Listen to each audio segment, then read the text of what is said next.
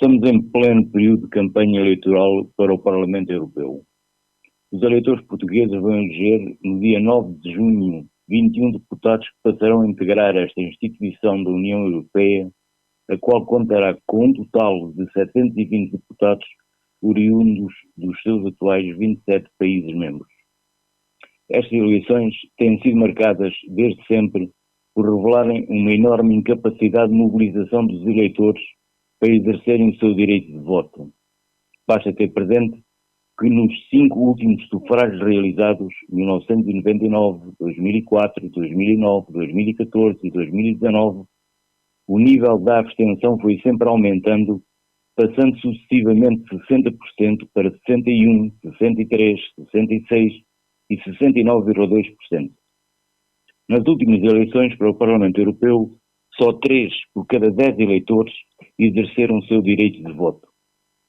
O claro alinhamento dos cidadãos por este acto eleitoral terá obrigatoriamente de ter causas relevantes que conviria serem identificadas e resolvidas, já que as políticas definidas e impostas por este modelo de integração-organização de Estados estão indissociavelmente ligadas e são causa de muitos dos problemas e dificuldades hoje presentes na vida dos portugueses.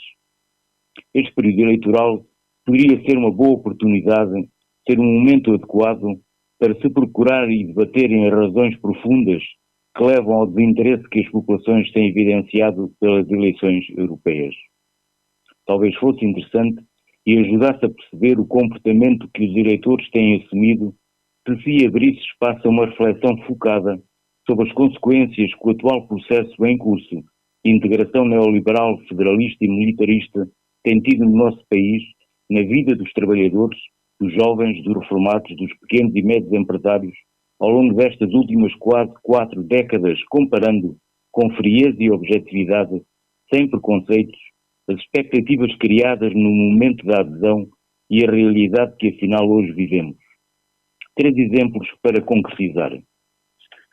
Ao fim de 30 anos de política agrícola comum, como evoluiu a nossa produção agrícola e a vida dos nossos agricultores? Passamos a produzir mais ou foram liquidadas centenas de milhares de pequenas explorações agrícolas sem alternativas? Melhorou-se ou acentuou-se a nossa dependência alimentar? As recentes grandes manifestações por toda a Europa e também em Portugal dão-nos a resposta.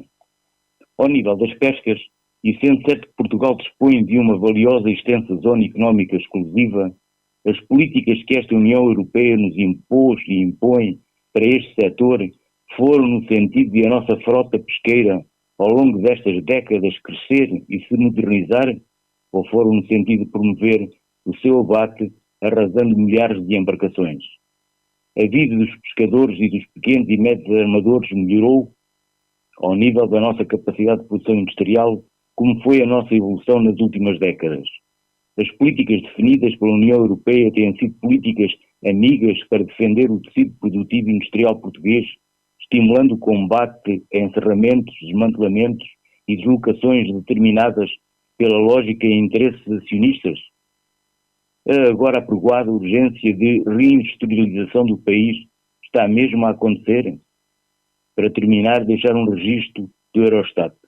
Em Portugal, em 2022, 20,1% da sua população estava em risco de pobreza ou exclusão social.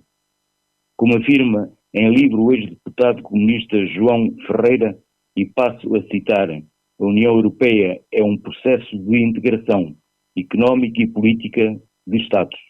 Não é o primeiro que ocorre na Europa, nem será o último. Fim de citação. E fica então a pergunta: será que não é possível e ou permitido desenhar, propor e construir uma Europa de cooperação entre Estados soberanos iguais em direitos, uma Europa de progresso social e de paz?